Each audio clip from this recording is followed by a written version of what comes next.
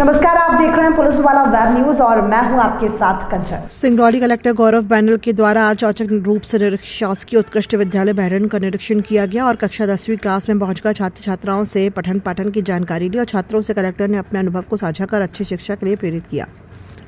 वहीं छात्र छात्राओं के द्वारा कलेक्टर से पूछा गया कि कलेक्टर कैसे बनते हैं, जिस पर कलेक्टर ने प्रशंसा व्यक्त करते हुए छात्रों को विधिवत रूप से भारतीय प्रशासनिक सेवा की तैयारियों के संबंध में भी जानकारी साझा की। वहीं छात्र छात्राओं के द्वारा भी शिक्षा प्राप्त करने के बाद अपनी मंशा को जाहिर करते हुए बताया कि मैं भी IAS, IPS, डॉक्टर बनना चाहते हैं। वहीं कलेक्टर ने कहा कि आप सभी मन लगाकर पढ़ाई करें, 12वीं की परीक्षा पास करने के बाद अच्छे कॉलेजों में दाखिला लें और अपने लक्ष्य को प्राप्त करने के लिए मन लगाकर एकाग्रता के साथ तैयारी करें।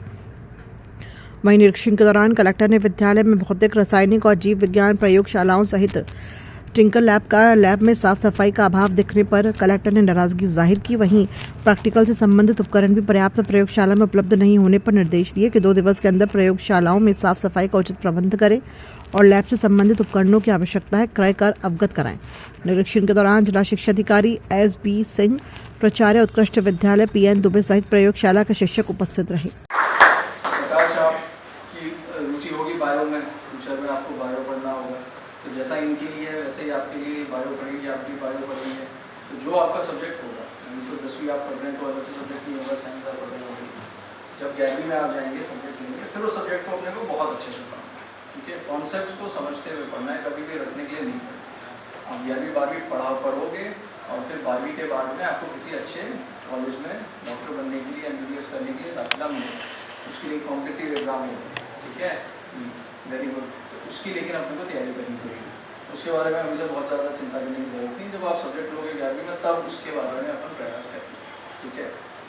लैब्स और बच्चों से क्या बात है? देखिए बिल्कुल, आज उत्कृष्ट स्कूल का जो है वो निरीक्षण किया गया और मुख्य रूप से बच्चों से चर्चा करना विषय था, ये जानना कि बच्चों के मन में क्या जिज्ञासा है और क्या वो फ्यूचर में बनना चाहते हैं। और 11वीं और 12वीं बच्चों के लिए क्योंकि हम लोग एक प्लान करने वाले हैं, एक प्रयास है कि उनको NTPC और जो श्री चैतन्य कोचिंग है उसके CSR के माध्यम से कॉम्पिटिटिव एग्ज़ाम यानी कि नीट और JEE की क्लासेस उपलब्ध कराना, ये हम लोग अगले 7-10 दिन में शुरू करना चाह रहे हैं। तो इसको लेकर के बच्चों के क्या इनपुट्स हैं, उनके क्या विचार हैं, उनके क्या फीडबैक है, क्या उनके मन में चल रहा है इस विषय को लेकर के, तो इसके लिए 11वीं और 12वीं के बच्चों से चर्चा करने के लिए आज मैं यहाँ पे आया था और एक मोटा स्कूल का निरीक्षण भी किया। और जो चर्चा हुई है वो 10वीं के बच्चों से हो पाई है और 10वीं के बच्चों से उनके भविष्य के बारे में जानना और उनके जो व्यवस्था है स्कूल की उसके बारे में जाना। अधिकतर बच्चे को यहाँ हॉस्टल के हैं तो उनसे हॉस्टल की व्यवस्थाओं का भी जायज़ा लिया।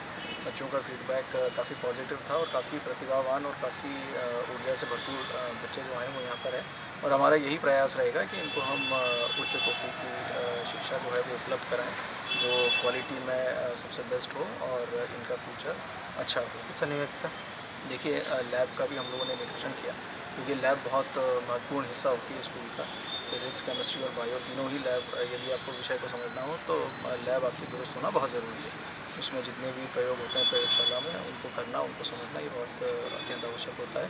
लैब की व्यवस्था में से मैं बिल्कुल जो है संतुष्ट नहीं हूँ और अभी इसके लिए जो प्राचार्य हैं और लैब इंचार्ज हैं उन सभी को निर्देश दिया गया है कि 2 दिन में जो लैब है उसको व्यवस्थित करें।